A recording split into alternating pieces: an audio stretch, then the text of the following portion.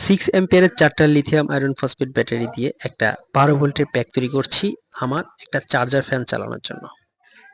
এর সাথে দিচ্ছি 100 অ্যাম্পিয়ারের একটা ভালো মানের বিএমএস।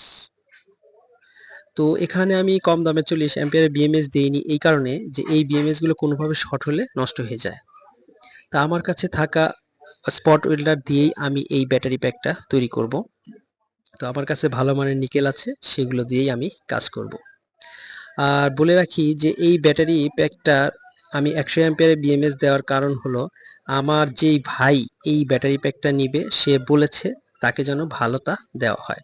তো আমি যেহেতু জানি যে 40 অ্যাম্পিয়ারের বিএমএস গুলো কোনোভাবে শর্ট হলে নষ্ট হয়ে যায়, 100 অ্যাম্পিয়ারের বিএমএসই ব্যবহার করেছি। আর কাজটা করেছি আমি মোটামুটি খুব যত্ন করেই।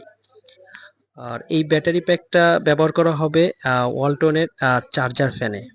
তো এই ফ্যানটা আমি এখন এই যে দেখতে পাচ্ছেন, এই যে এই ফ্যানেই আমি এই ব্যাটারি প্যাকটা লাগাবো। এই কারণে লাগাবো যে এটাতে অ্যাসিড ব্যাটারি লাগালে দেখা যায় যে বছরে 2 বার ব্যাটারি চেঞ্জ করতে হয়, কিন্তু লিথিয়াম আয়রন ফসফেট ব্যাটারি দিয়ে যদি প্যাক তৈরি করা হয় এটা প্রায় 2-3 বছর অনায়াসেই চলবে।